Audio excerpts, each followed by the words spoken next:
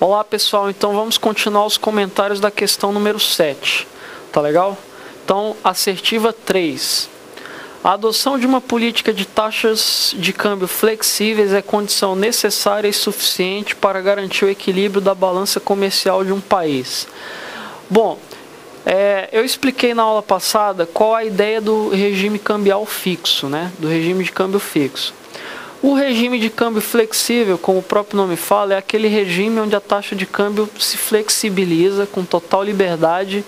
E o que faz a taxa de câmbio ir para cima e para baixo, enfim, o que faz ela se flexibilizar? É puramente, tá, o efeito decorrente da oferta e demanda de moeda estrangeira. Então, quando nós temos um regime de câmbio puramente flexível, o preço da moeda estrangeira em termos da moeda nacional, ele depende única e exclusivamente do movimento da oferta e da demanda de divisas. Então, o equilíbrio vai se dar onde? Quando a oferta de divisas igualar a demanda de divisas, a gente tem um preço de equilíbrio da moeda estrangeira. Vai ser aquela taxa de câmbio que vai ser negociada no mercado. Por exemplo, se a gente tem uma oferta de divisas muito elevada, tem divisas sobrando no mercado, qual a tendência o que vai acontecer com o preço daquela divisa? O preço daquela divisa, daquela moeda estrangeira deve cair, porque tem muita moeda estrangeira, né? O preço caindo, naturalmente, os agentes econômicos passam a comprar maior quantidade daquela moeda, já que o preço caiu, né? Então, observem que o preço, ou seja, o regime cambial se flexibilizando, ele garante sempre que a oferta de divisas iguale a demanda de divisas, tá? Daí a gente tem a seguinte afirmação, que costuma cair em prova. Quando a gente tem um regime cambial flexível, o balanço de pagamentos ele está automaticamente no equilíbrio. Por quê? O que é o saldo do balanço de pagamentos? O balanço de pagamentos ele não mede a diferença entre a entrada de divisas e a saída de divisas. Por exemplo, a gente teve uma operação que entrou dólares no país, a gente registra lá com o sinal de mais. Teve uma operação que saíram dólares do Brasil, a gente vai lá e registra com sinal de menos. E o saldo do balanço de pagamentos é justamente essa diferença do que entrou do que saiu, né? Se saíram mais divisas do que entraram, então sinal de menos, saldo do BP negativo. Se entraram mais divisas do que saíram, sinal do BP positivo, entraram mais divisas, tá? Quando a gente tem um regime flexível, a gente vai ter sempre o quê? Demanda de divisas igual a oferta de divisas. Então observe que esse diferencial do que entra de divisas e do que sai de divisas, quando o regime é flexível, esse diferencial é sempre zero. Então a gente diz que quando o regime cambial é flexível, o saldo do balanço de pagamentos é obrigatoriamente igual a zero. Tá? É obrigatoriamente igual a zero. E o balanço de pagamentos está automaticamente em equilíbrio quando o regime cambial é flexível. Tá? Mas veja bem, eu estou falando que o saldo do balanço de pagamentos é necessariamente zero. Não necessariamente será o saldo lá da balança comercial, da balança de transações correntes. O saldo total do balanço de pagamentos é zero. Mas não implica que os subsaldos de cada conta lá dentro, sejam também zero, tá? Então, por isso, a assertiva 3 aí da questão 7, ela está incorreta. O regime flexível garante o equilíbrio, tá? É condição suficiente, tá? Condição suficiente, não é condição necessária, é condição suficiente. Ou seja, para um balanço de pagamentos estar em equilíbrio, o regime cambial precisa ser flexível? Não, ele não precisa ser flexível. Se ele for flexível, o saldo do balanço de pagamentos vai ser zero. Então é condição suficiente, não é condição necessária, tá? Então ele é condição suficiente para o equilíbrio no balanço de pagamentos e não na balança comercial, como está escrito aí. Então são dois erros aí na assertiva 3. O regime cambial flexível é condição suficiente para o equilíbrio no balanço de pagamentos de um país, tá? Então aí na questão 7 a gente tem que a 1 e a 2 estão corretas, tá? E a 3 está incorreta. Então o gabarito é letra A. Vamos agora para a questão número 8, pessoal. Se o objetivo de um país é melhorar o saldo de sua balança comercial, além dos instrumentos de política cambial, ele poderá... Então, questão 8. Eu vou escrever aqui na lousa os instrumentos de que um país pode se dispor, tá? Para melhorar o saldo do balanço de pagamentos. Então, vou colocar aqui. 1. Desvalorização real do câmbio. Quando eu boto aqui desvalorização real do câmbio, é que eu já estou levando em conta aquelas distorções que são provocadas pelo diferencial de preços internos e externos, tá? É um termo mais apropriado que eu falar simplesmente desvalorização do câmbio ou desvalorização nominal. Quando eu falo real, eu já estou levando em conta aquelas distorções do diferencial de preço interno e externo, tá? Outra medida para melhorar o saldo do balanço de pagamentos. A gente pode impor cotas de importação, tá?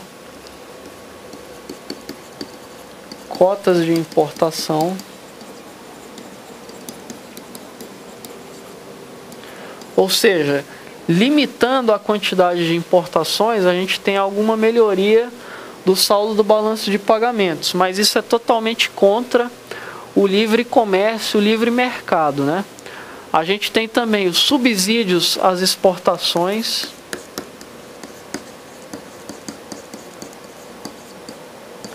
Aqui no caso é uma política de você ajudar, dar incentivos fiscais para os exportadores no intuito deles exportarem mais, né? Outro aqui, redução do nível de atividade, redução da atividade econômica.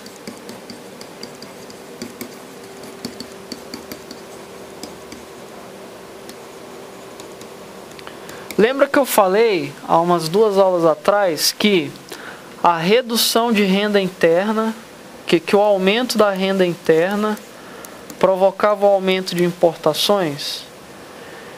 O contrário também é verdade. A redução da renda interna provoca redução das importações. Reduzindo as importações, você melhora o saldo do balanço de pagamentos, tá? Então, cuidado com essa aqui. Então, se cair na prova lá que a redução da atividade econômica melhora o saldo do balanço de pagamentos, você deve assinalar como correto, tá? Outra aqui, aumento da taxa interna de juros. Aumento da taxa de juros. Quando você aumenta a taxa de juros, você tende a atrair capitais, melhorando o saldo da conta financeira, né? E por último, a gente tem aí controle da saída de capitais e rendimentos para o exterior.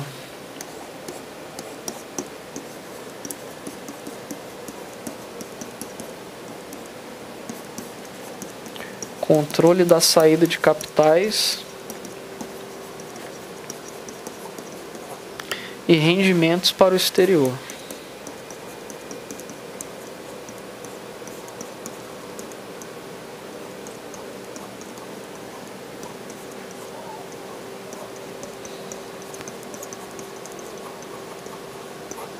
Então, essa aqui são as 6 medidas, tá? Que o governo pode adotar para melhorar o saldo do balanço de pagamento. São essas 6 medidas que estão no livro do Simons e Cisne, tá? E que são as cobradas pelas bancas em prova. Então, baseado aqui nessas 6 medidas de ajuste do balanço de pagamentos, vamos analisar as alternativas da questão número 8. Então, vamos lá, letra A. Impor cotas de exportação e subsidiar as importações. Então, a letra A aí, ela tinha que ser o contrário, né? Tinha que ser impor cotas de importação e subsidiar as exportações. Então a letra A está toda trocada, está incorreta. Letra B, impor cotas de importação, até aí ok, e facilitar o crédito aos exportadores. Está certo, né? Você impôs cota de importações e quando você facilita o crédito aos exportadores, você está dando um subsídio aos exportadores. Então está correta a letra B, tá? Letra C, elevar os impostos sobre os bens importados é uma medida, porque você impõe restrições às importações, tá? E impor cotas às exportações, não, aí já está errado. Você não pode impor cotas às exportações, tem que subsidiar as exportações. Letra D, reduzir os impostos sobre os bens importados, não, porque quando você reduz os impostos sobre os bens importados, você está incentivando as importações, tá? Letra E, elevar os impostos sobre os bens exportados, errado, porque você está impondo restrições às exportações, ou seja, está prejudicando as exportações, tá? Então, a questão 8, sabendo essas medidas de ajustes do balanço de pagamentos, fica bastante tranquila, né? Questão 8, letra B de bola. Vamos para a questão 9. Os fatores que contribuem para a diminuição do déficit do balanço de pagamentos de um país que permite livre movimentação de capitais externos são. Então a questão 9 segue a mesma linha de raciocínio da questão 8. Você tem que saber aquelas medidas de ajustes do balanço de pagamentos, tá? Analisando as alternativas, você tem vários itens aí que são relacionados à política monetária, né? Você tem aí resgate de títulos públicos, redução da taxa do compulsório. Isso aí tá aí para confundir você, tá, pessoal? Então, procura, quando cair uma questão de prova assim, misturou essas medidas de ajustes do balanço de pagamentos com as medidas de política monetária, deixa essas alternativas que colocam as medidas de política monetária de lado e vai direto para aquelas alternativas onde tem somente as medidas de ajustes do balanço de pagamentos, tá? Vamos lá analisar a questão 9. Letra A. Aumento do nível de atividade econômica. Não, se você aumentar o nível de atividade econômica, você aumenta a renda interna e isso aumenta quem? As importações, prejudicando o saldo do BP, tá? Aliás, observem que a questão, pessoal, ela quer ali os fatores que contribuem para a diminuição do déficit, tá? Então a letra A não pode ser, tá? Letra B, valorização real da taxa de câmbio. Quando você tem uma valorização da taxa de câmbio, o que que acontece? Você desincentiva as exportações e incentiva as importações, ou seja, isso é consistente com o aumento de déficit. Então a letra B não pode ser também. Letra C, aí a gente já tem aí elevação da taxa de redesconto, ou seja, uma medida de política monetária. Pula essa assertiva.